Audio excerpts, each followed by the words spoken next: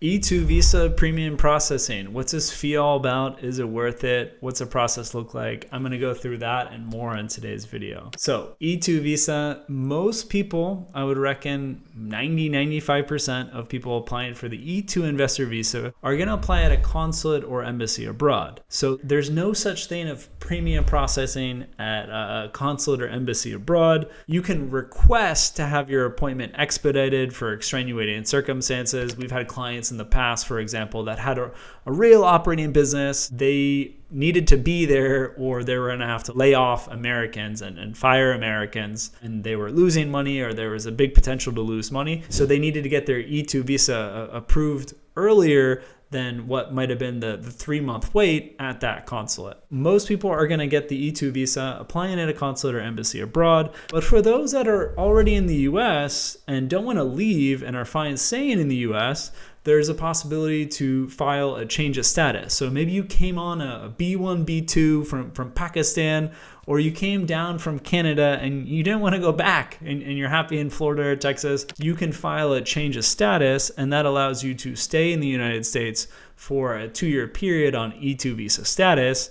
And your spouse also gets work authorization, which generally comes in a couple months' time from the period you get the E-2 visa status approved through a change of status from within the United States. So for those applying from within the United States, it might take 2 to 8 months to get a decision from USCIS on if you're going to be approved for your E-2 visa status. However, you can pay extra $2,800 to get an answer within 2 weeks. And we've seen usually it's just 5 days, 6 days that they give you an answer on if you're approved for the E-2 visa or not. Now, there are some experts that think that it's better not to do the premium processing because it applies pressure. Others say, if you have a solid case, go ahead for it. It gives nice peace of mind. Or there might be issues if it's going to take 8 months from your immigration case. No two cases are the same, and we require all of our visa franchise clients to have their own independent attorney to best assess what the strategy is going to be for them. So if you're in the United States, you're going to work together with your attorney, file the Form 907. That's the request for a premium processing.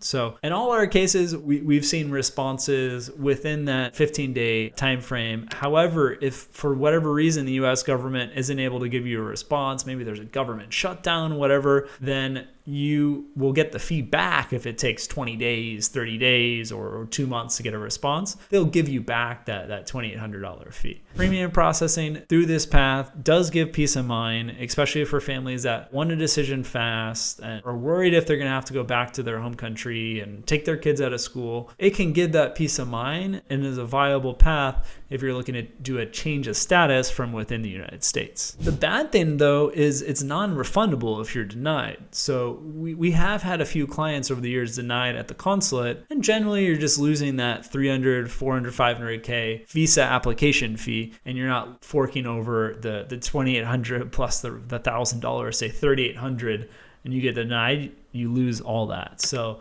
on the consulate or embassy path, there's no guarantee for the government fee, but it's a smaller amount than those that are looking to go the premium processing. So there is commitment. You're investing, in government fees, nearly $4,000 to do the premium processing and apply for the E-2 visa. So you better be quite sure that you're going to get approved and you're not going to have to do it a second time and spend $4,000 again. There are some negatives to the premium processing, especially the amount at $2,800 now. That was adjusted in April 2024 based on inflation. It wasn't adjusted for a while. As well as those that are doing a change of status in the United States, you're not able to travel on the E-2 visa. It just gives you the status to remain in the United States for a 2-year period, but you're not able to travel back and forth. For example, someone from Canada gets an E-2 visa for 5 years in their passport. They're able to travel back and forth from Canada to the US to Europe, from wherever. So change of status, viable option, especially for those that are already in the US and don't have foreseeable international travel plans over the coming years. It's not for everyone, but we're happy to look at your case, and I hope you enjoyed this video. If you liked it, like the video, subscribe to our channel for more content like this.